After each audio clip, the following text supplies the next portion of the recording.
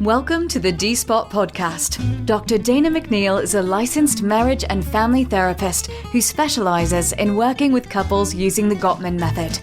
Her evidence-based practice provides support for the wide range of relationship issues that modern couples face. By using her open, affirming, and outside-of-the-box thinking, Dr. Dana is able to approach her work with couples by bringing both insights and tools that reflect the realities of today's complicated relationships.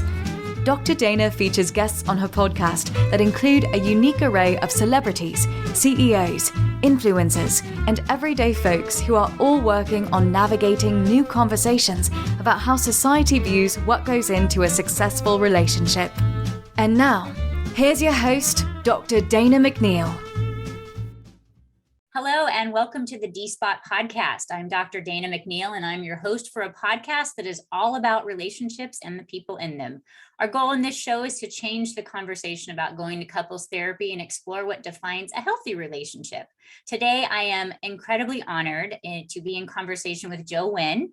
Joe is a clinical social worker. He's an AASECT certified sex therapist, which we'll talk about in case you don't know what that is. He's a certified supervisor of sex therapy. That means he's important. He completed his MSW at Boston University School of Social Work in 1995 and has maintained a private practice since 2003. Joe has worked with a variety of individuals and couples addressing domestic violence, sexual assault and abuse, substance use, abuse, and end-of-life issues. He's done it all. Joe's clinical interests are centered in working with LGBTQIA+ relationships, consensual non-monogamy, and the BDSM and kink community, which we can talk about more. He does that bringing the skills of scene negotiation and consent into general sex and couples therapy. Joe is also a member of the training faculty with the South Shore Sexual Health Center in Quincy, Massachusetts. You'll hear his cool accent in just a second, which is an AASECT-approved training program for clinicians pursuing sex therapy certification, which is different than being a couples therapist. So we can also chat about that. Joe has also lectured nationally and internationally on topics such as problematic sexual behavior, applying queer theory and anti-racist practice in psychotherapy, and making psychotherapy more accountable to LGBTQIA clients and other marginalized communities. In addition, as if that wasn't enough, Joe is a trainer, supervisor, and he also provides consultations to organizations throughout New England. Hello, Joe. Hi, Dana. How are you? I'm so excited. I just recently heard you for probably my fifth or sixth time at the couples conference. Was it a couple of weeks ago, a week or so ago? And it's sort of like the end all be all of couples conferences. So to be speaking at that, you really have to know your business, and Joe really does. So tell us about the conference that you just spoke at. Well, I just spoke at the couples conference, as you had mentioned, Dana, and I was invited to speak there. This is, I think, the third time I've spoken there. Yep, I think so. I think so. I was a member of the advanced training program of the developmental model via the Couples Institute with Ellen Bader and Pete Pearson, and had been studying there for a while. And Ellen invited me primarily because I started to say to Ellen, I really love this model. It's what I refer to as stackable. You can build on it and you can bring your own ideas to it. And differentiation is really important to me. As a sex therapist, I really love David Schnarch's work. And I said, Ellen, this is great, but the model is really straight. And it's like most couples therapy models, that's one of the ways in which power seeps into this work. We can talk about that in a bit. I said, I would like your permission to queer it up. And I would like your permission to add critical race theory and crip theory and queer theory so that when we're talking about developmental processes within that model, we're also recognizing that Black and brown folks, folks with disabilities, queer folks, trans folks, newcomers to this country are going to have developmental processes that most heterosexual, white, straight identifying clinicians have no idea about. So I brought that to the conference. I did a talk, keynote on working with erotic transference and countertransference to deepen therapy, both in psychotherapy and couples work, as well as in supervision. And then I was part of a a panel talking about race, sex, gender, and power. So this year there was a big push to get people talking about moving out of their comfort zone and into recognizing how complex relational therapy is. And one of the things I like most about you is that you can take these very difficult, multi-layered subjects and break them down for the lay person, right? Sure. And so since most of those who are listening to us are probably lay people, I want to give like a little background or a little texture that might set up this conversation in a nice way. So when we think about couples therapy as an art, it's been with us, 40, 50 years, right? Tops, maybe a little bit. I mean, at least like identifying as it. And so when we think about it, it had its origins working with clients that identified as being opposite sex partners, right? Just to kind of break it down for those of us that are listening. And so the issues that were happening in those relationships where let's avoid getting divorced, let's, be good co-parents, let's keep our sex life alive, how am I going to be a good domestic partner? All the things. So then fast forward, we suddenly got out of our heads and decided that, opposite sex partners can get married as well. Hello, celebration. We're using the same theories as a couples therapist to apply to clients that have very different issues going on in their lives. What they show up with in our offices is not what opposite sex partners are having. And I'm just saying these phrases because it's easier, because clients may be listening to us being like, tell me about all these initials, Joe, I don't understand. So just like, that's kind of the way I try to introduce it to people that are not thinking about the things the way that you and I are thinking about them, right? It's like, it's a different world. And you're saying, here's this one size fits all. Go ahead and put it on. I'm sorry if this sweater's uncomfortable for you. Just put the buttons on as best you can. Exactly.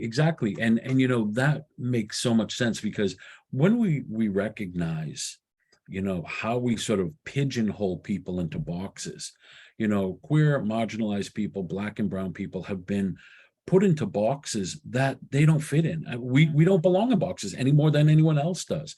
So to get to your point, when we talk about LGBTQIA+, what we're talking about are lesbian, gay, bisexual, transgender, queer, intersex, and asexual people. The plus represents the ever-expanding relationships that people are exploring and really starting to ask questions about in relationship to their sexuality, their gender identity.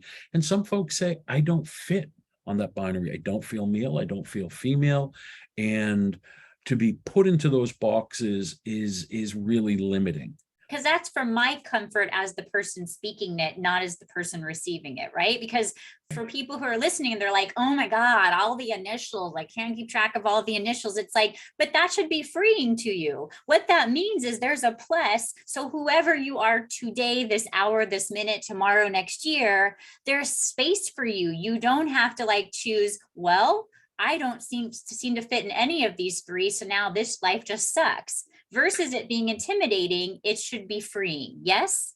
Absolutely. And I think that's one of the reasons it becomes so important, for people to be able to look at this, because even when folks come into therapy, Dana, into relational therapy or couples therapy, however we're framing that, what becomes important is that they may have aspects of their own identity that they don't even realize, or that they don't feel they can bring into the room, or that they're ashamed to bring into the room, or they're waiting for us as experts to bring into the room. And if we as clinicians don't have the chutzpah or the courage to recognize that the person sitting in front of us is so much more than the collection of labels we want to slap on them, then we're actually hurting that relationship.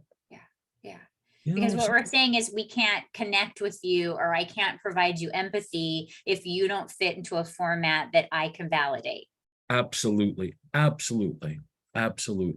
I think that's one of the things that it can be so damaging for relationships that are really on the brink or struggling, because part of our work is to help them see each other, to help them see the potential in the relationship.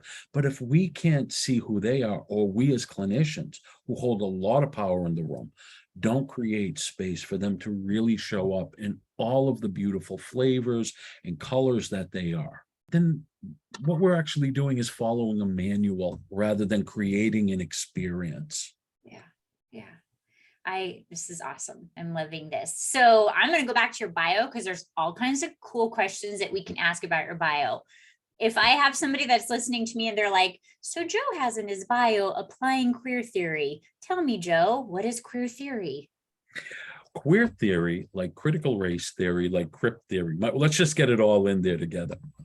These are models of power analysis. And what that means is how the culture we live in, queer theory, crypt theory, critical race theory explores the ways in which power is created and maintained to support the interests of dominant cultural groups, primarily white, male, heterosexual, able-bodied, cisgendered, wealthy, Christian, and how those power struggles or how those power dynamics are maintained in economics, social policy, medicine, psychotherapy, to the detriment of hearing the voices, needs, and experiences of marginalized people. So in queer theory, clearly, it's people who identify as not heterosexual, transgender, lesbian, gay, bisexual, intersex, asexual.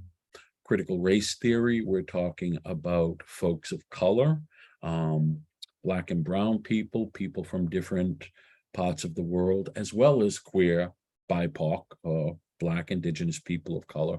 And crypt theory is a particular model of power analysis that was developed by McGraw, several other researchers, that said, hey, how is it that people with disabilities, whether cognitive, physical, how is it that we erase them?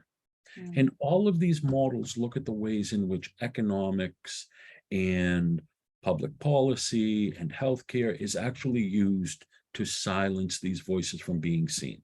So that is critical theory in a broad stroke.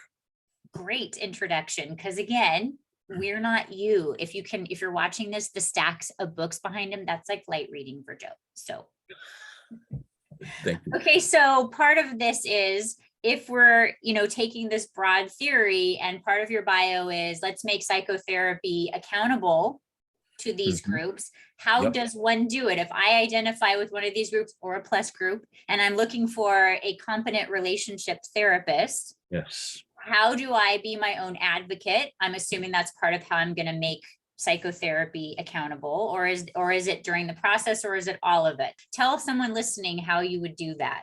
Sure. So for folks that are listening, and to share this with you, Dana, you've heard me speak about this.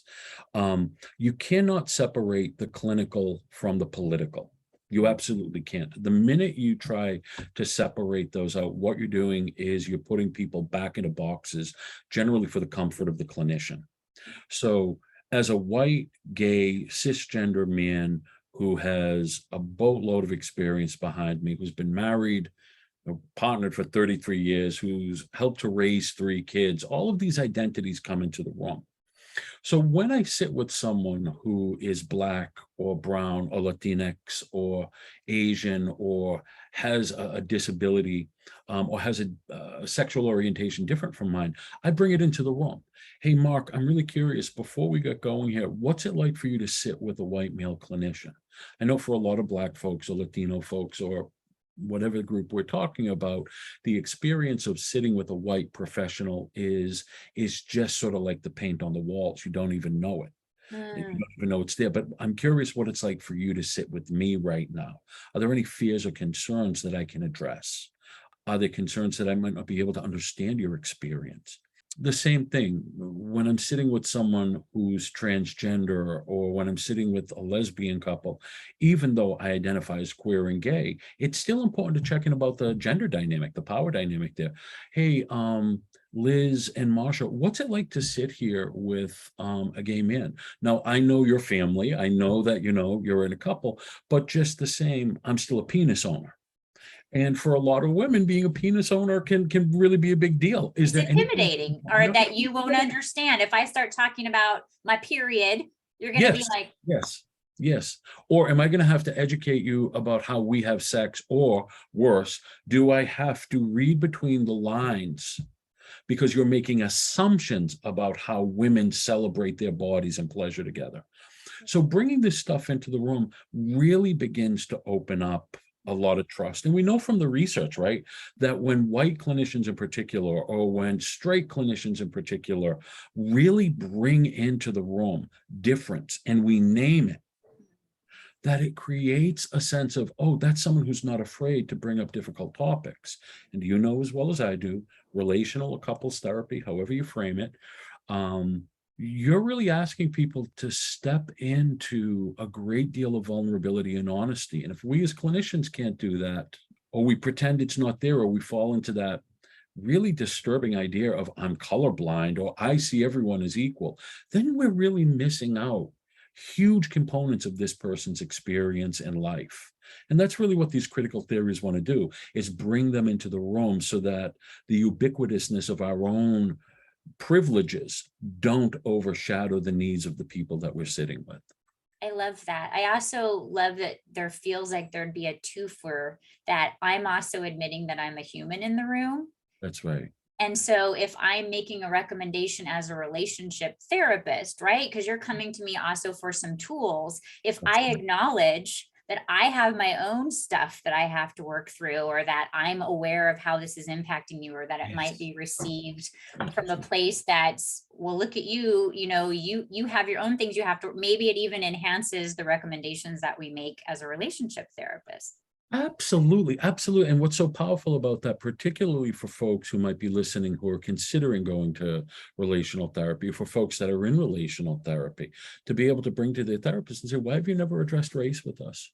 We never talked about the fact that we're a gay couple and you're a heterosexual, clinician. Or why are we not talking about what just happened with the overturn of Roe v. Wade? Why are we not talking about what it's like to be marginalized as someone who's trans, who has an advanced degree, but I can't get a job because of my relationship to why is that not relevant to my therapy? So it brings us into the room around vulnerability. It also helps when the clinician invites the clients or the partners in the room to really step into difficult relationships or difficult moments. It gives them the ability to say, hey, wait a second, Joe disclosed stuff to me and asked me questions I don't hear every day. So if this dude can bring that shit into the room, maybe I can show up too. Side note, not about relationship therapy, but what's your sense of why clinicians are not doing it? So let's say that we have a clinician that's self-aware, and obviously, hopefully, they should not be therapists if they don't, but they care about their client experience. Mm-hmm. Do you think that they're intimidated to share what they don't know, and that that's going to somehow minimize their value in their clients' eyes about the things that they do know? It's a complex question. So what I would say, Dana, is, and thank you for asking that question, we're just going to paint with a broad brush here. One of the things that I would say is, at least on the East Coast, I don't know, well, actually I know a little bit about training on the West Coast because I work with folks from the... You're more direct on the East Coast than we West Coasters are. Yeah, we're also still very much dominated by psychoanalysis and the medical model. This is one of the things that comes up. Why don't clinicians ask this? I think that clinicians don't ask this because we're not trained. We're trained as if, hey, here's a class on racism. Okay, you've taken the class, as opposed to really diving deep into our privilege. I also think that as clinicians, we learn not to be offensive. All right. Now, there's a difference between being offensive and being direct. The other part that I think comes into this is that most clinicians are folks who played the role of family therapist in their own family. All right. I had a supervisor who shared with me once that psychotherapists and family therapists are people that need therapy 40 hours a week. So one of the things that I think happens is, if we're not supervised to step out of our discomfort, then we make assumptions about this isn't relevant. And that's actually a power dynamic. If I'm making the assumption that talking about your race, your class, your sexual orientation, your gender identity, your asexuality, and I decide that's not important, I am no longer accountable to you. I am making a decision that is in actuality serving my best needs to remain comfortable, rather than bringing into the room the discomfort of bearing witness to your lived experience, because as someone who is privileged, I get to be invisible to that reality, and as such, I get to dictate where the therapy goes, keeping me in the position of the expert. Well, I'm controlling the narrative about what's important for us to discuss in your relationship, and I get to leave the uncomfortable parts out for me, but I'm happy to tell you the uncomfortable parts that you should be working on. Exactly. And that is about needing to do a power analysis. So you've heard me talk about Harriet Ponte's work around the person of the therapist, which is just a really sophisticated way to say, you got to show up. Yeah. And you've heard me talk about the sexological worldview, meaning you really have to take a look at your values. Where did you learn that being heterosexual was the norm? It's the way that white folks make the assumption that being white is normal. So this is why this stuff is important. And this is why I think clinicians avoid it, because we have forgotten how, in many ways, to recognize that it is within conflict that is respectful and really helps the relationship grow, that people begin to change. And when we model avoidance, we're sending two contradictory messages simultaneously, which replicates the family of origin of many of the folks that are coming in to see us.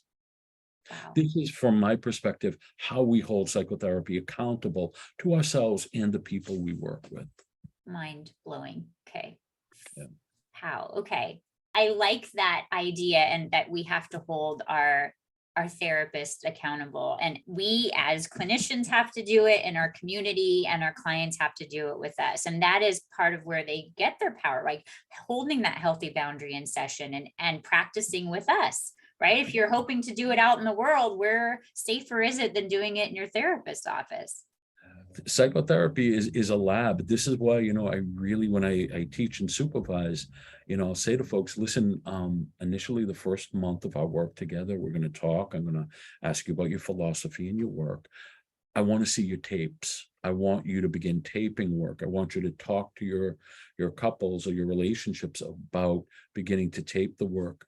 And I want you to share with them, this is actually for you. This is about protecting you from my unseen biases.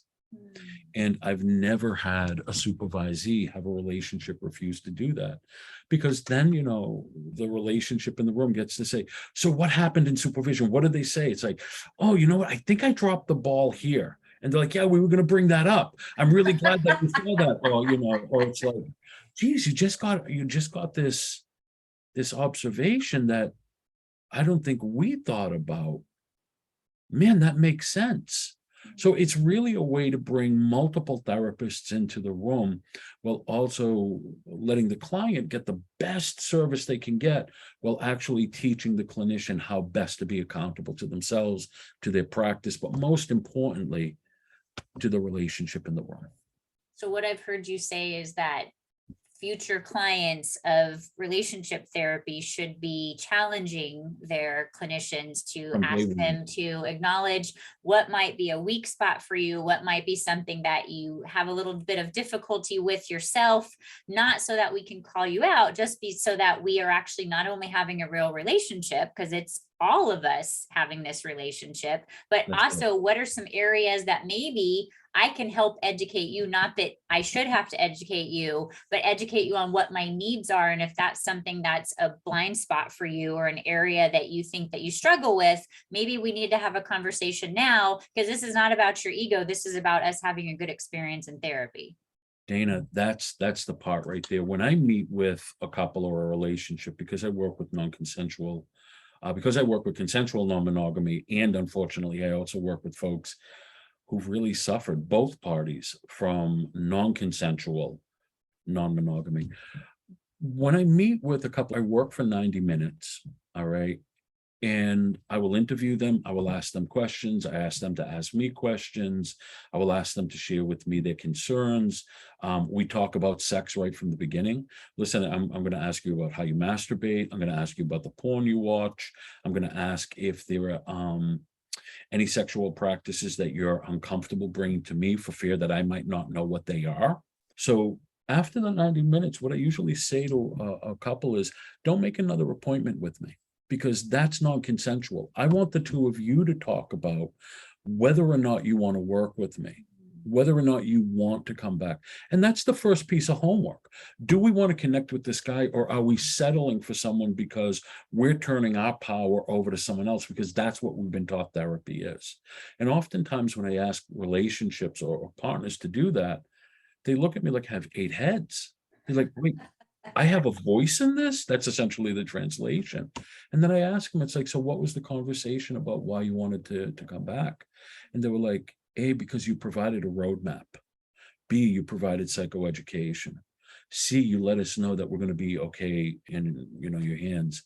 D, because you said, I'm going to confront you and I expect that you confront me. So if I'm seeing you do something in the room that's harmful to yourself, to the goals that you set up with me, or if I see you, doing things where you're shutting down because you're stonewalling, not necessarily because you're holding all the power, but because you don't know where to move, or if I see you engaged in, normative marital sadism, I'm going to bring that in the room and I'm going to talk to you about that. And I expect that you feel that you can do that with me too, because if we're not working in relationship, what are we doing? You might also be able to tell that I did family therapy wall to wall for years. So, and couples therapy grows out of family work. So this is important to me. This is about being accountable. This is about letting people know, our clients, that you have power, you have voice. And unfortunately, we live in a system that is predicated on the suppression of power and autonomy. Yeah. And our job, again, the political is, clinical. Many of the folks we work with have been abused, sexually abused, or abusing substances because they've never had voice. And if we can begin to model what a real relationship looks like, where all of your magnificence and even those places where you might be a jerk can come into the room and be held and respected, then we're actually undoing the damage that this culture does to all of us. I love that. Yes, you're very much resonating with my view on how we introduce ourselves to a couple and what we give them as an expectation in their space, and modeling for them what healthy connection and communication and respect looks like. So see why I love you. Okay. So I'm going to go back to, let's shift gears. So, because I can just keep pulling things out of your bio to talk about. So there may be people that are listening to this that heard this phrase, skills of scene negotiation, when you're referencing BDSM and kink, and they're like, Dana Joe, what are you talking about? Tell me about that. I don't know what that is. What is that? Okay, so let's set up the parameter first. We'll talk about scene negotiation and its application to relational therapy in a moment. Scenes come from BDSM and kink, so we're going to talk about that.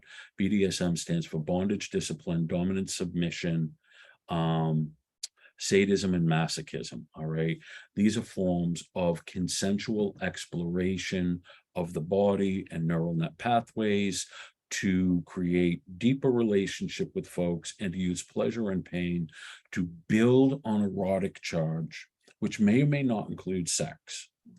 Boom, complex. Even in that simplified version, I know that great. You did a great job on that. You totally got that.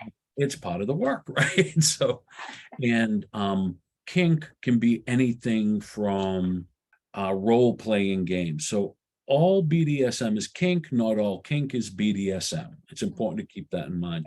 And BDSM and kink, they're just huge, huge worlds of umbrellas, umbrella terms of, it's like the plus at the end of the A. Yes. So one of the things that happens, and again, this is broad stroke. Yeah. For folks who are involved with BDSM and kink, oftentimes what happens is they will talk to their partners about negotiating a scene. A scene is a place where it might be in a dungeon with other people. It might be in a bedroom where you're exploring spanking and restraint. And it's like, no, don't take me. Don't. That's horrible. No, keep going. Right. So it's a way to play sexually and erotically. And one of the things that often happens in a scene is that people talk about safety, consent. They talk about risk management. They talk about what they want from that encounter. And then afterwards, they engage in something called aftercare. Because these scenes have a tendency to change consciousness and the experience of sexuality, time, space, so on and so forth, what happens during a scene is that everything's negotiated, people agree, and there is an agreement on what the end is going to be, and there are also safe words. A good safe word should never be stop or don't, because that should be woven into the scene. It could get confused, and it can get confusing. So a good safe word is like fire truck. It's like, yeah, there's no reason something that wouldn't usually come up in your conversation. It doesn't have like a meaning to you. It's an outlier. Exactly. So one of the things that we found and that I found is that, and Laurie Brotto actually did this work. Laurie Brotto is a sex researcher and couples therapist, and I think Laurie's in Canada. And one of the things that she found, along with one of her colleagues, was that the specificity with which scenes are negotiated around safe, sane, and consensual behavior, risk-aware consensual kink, the conversation, the agreement of what will happen, what won't happen, was so precise and so focused on consent, again, broad strokes, that she has recommended, and I concur, that working with couples on how to negotiate day-to-day life using these principles around consent and what you agree to, what you don't agree to, can actually be a great tool, not just for sex education, but for relational education. Hey, Mark, I saw that you took $500 and you went and you paid off your bike. And I know that you're going to put that money back because you said you are, but the $500 that you used to pay for your bike, you didn't ask Tommy about. So there was really no consent there. And I'm just curious, do you see how that lack of consent can lead to rupture? Now we have to look at repair. And it's like, Jesus, Joe, that wasn't my intent. And it's like, what, Tommy, do you want to jump in? It's like, Mark, honey, I know it wasn't your intent, but we're talking about the impact of your action. Had you discussed that with me, I would have been fine. But one of the things in our relationship is we don't talk. And this is one of those moments that we missed. So from the Gottman method, it's about making a bid. All right. From the perspective of differentiation, it's about being able to step more fully into risk taking. Hey, Tommy, honey, I'd really like to get my bike because I want to go for a bike ride tomorrow. Can I take $500 from my shared account? Absolutely, honey, no problem. When will you get it back in? I'll get it back in on Friday.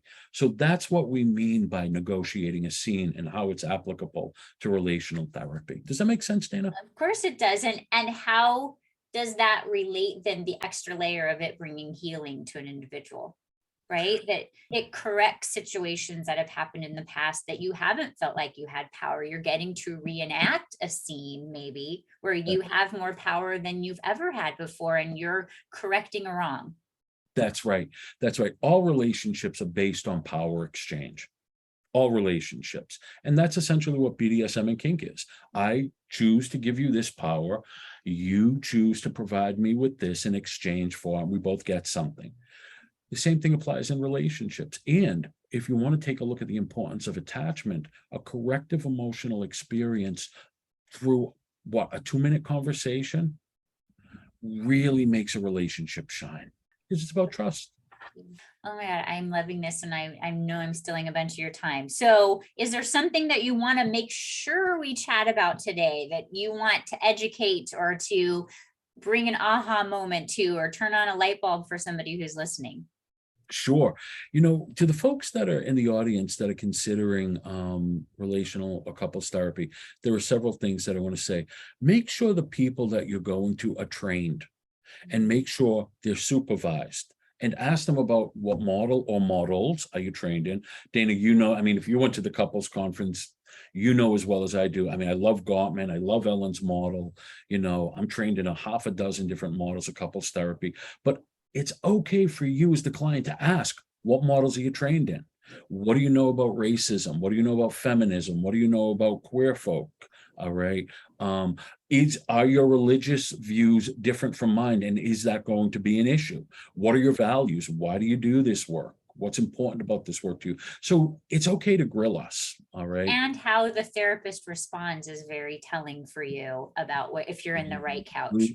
Absolutely. Absolutely. If a therapist answers your questions within reason, it's like, so where do you vacation? It's like, wow, I'm really glad that you're interested in my worldview. But I don't think that's relevant to this. Right.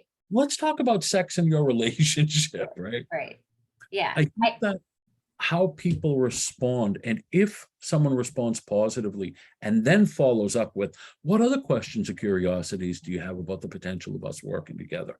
That person from first blush might be a keeper.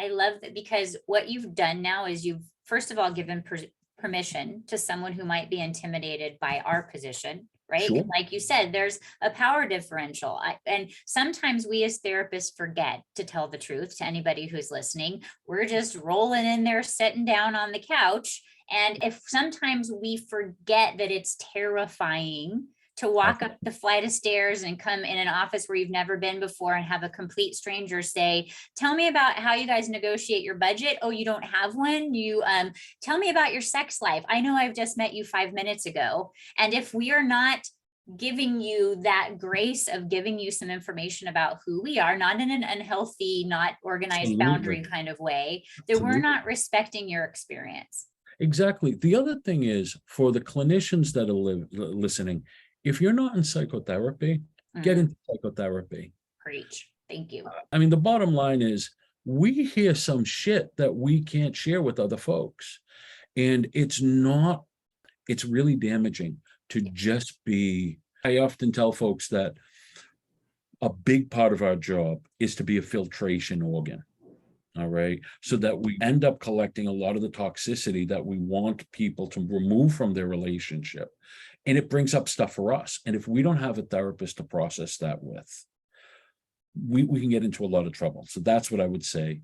The other thing that I would say is, if you're afraid, let's back up. If you're in a situation where you were legitimately afraid for your well-being, the well-being of your pets, your children, your loved ones, get in contact with domestic violence shelters and programs, and get in touch with folks who can help you, that when you make the decision, and only you can make that decision, and whenever you make that decision is A-okay. If you decide to stay, that's A-okay. But should you decide to leave a situation where you're not being treated well, or physically abused or manipulated, couples therapy is not for you. All right. You can't go to couples therapy to work on domestic violence. You can go to couples therapy if you're arguing and there have been instances, maybe one or two, where you've pushed or shoved. Julie Gottman talks about this. Situational domestic violence is different from characterological. And Dana, you can fill folks in on that.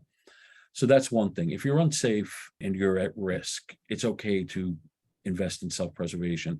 Lastly, if you're afraid, though, to bring confrontation into the relationship, like, what if I hurt his feelings or her feelings or their feelings? What if this makes us argue more? What that tells me is that these are exactly the moments that you want to get into couples therapy, because the person you're with, more often than not, is telling themselves the same story. So you're relating to a construct in your head rather than your partner. A good relational therapist, a well-trained relational therapist, will walk you through that mishigas, will walk you through that fear.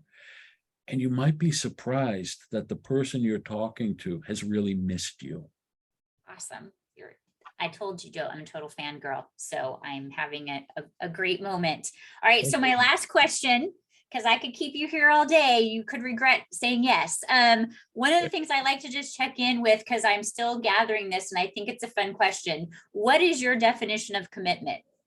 What is my definition of commitment? The first thing that I want to say is my definition of commitment might not be someone else's definition of commitment. Yep. What is commitment? Commitment is when two or more adults, and what I mean by adults, are people who can get together, who know how to risk, who know how to fight fear, who know how to not collapse in on themselves when they're confronted with their own shit, and know how to be compassionate when they're confronting their partner's shit, and are able to hang in there. And even when you don't like each other very much, you're still able to say, my life is better with you than without you. That doesn't mean right now that I want to talk to you. But what it does mean is I love you and I want to continue building something with you. And give me 20 minutes and we can come back and work this out. To me, commitment is about creating a vision every single day about what you want your life to look like with this person, whether you're in a polyamorous relationship, a consensually non-monogamous relationship. It's about respect, decency, honesty, courage, vulnerability, and humor. You have to laugh. You have to be able to laugh at your own shit and the situations that come in. And you also have to be able periodically to say, honey, I love you. We're not going to see eye to eye, but I want to hear where you're coming from. That to me is commitment. I wholeheartedly agree. Wonderful. Okay. How would they reach out to you? Well, one of the things that folks can do is you can reach me on my website, which is josephwinn.licsw.net. You can reach out to me via email at josephwinn.licsw, josephwinn.licsw@hotmail.com. I know I'm a dinosaur. I love that. You're good. And, or you could reach me on my business phone, which is 617-461-8479. Let me repeat it again because sometimes the accent throws folks off. 617-461-8479. And we'll put all this information in the show notes too. And I think you have some YouTube stuff that maybe people might be able to watch. At least I found you there. So there might be some. I don't know, right? Oh, you can also, if you're interested, you could also go to the Erickson Institute and see some of my professional lectures. And the reason that I recommend that to the lay audience as well is so that if you decide to work with me, you can sort of get a sense of what to expect. Yeah. Great. And you will like what you see. I guarantee it. So thank you, Joe. This has been a big dream of mine to get to like check in with you, and you have been delightful and as wonderful as I assumed that you would be. So thank you so much for sharing your wisdom and kindness with my audience. Thanks, Dana. I've really enjoyed it. Very good. Take good care of yourself. You too, buddy. Bye-bye. This has been the D-Spot Podcast with Dr. Dana McNeil. To learn more about Dr. Dana's practice, simply visit us at www.danamcneil.com.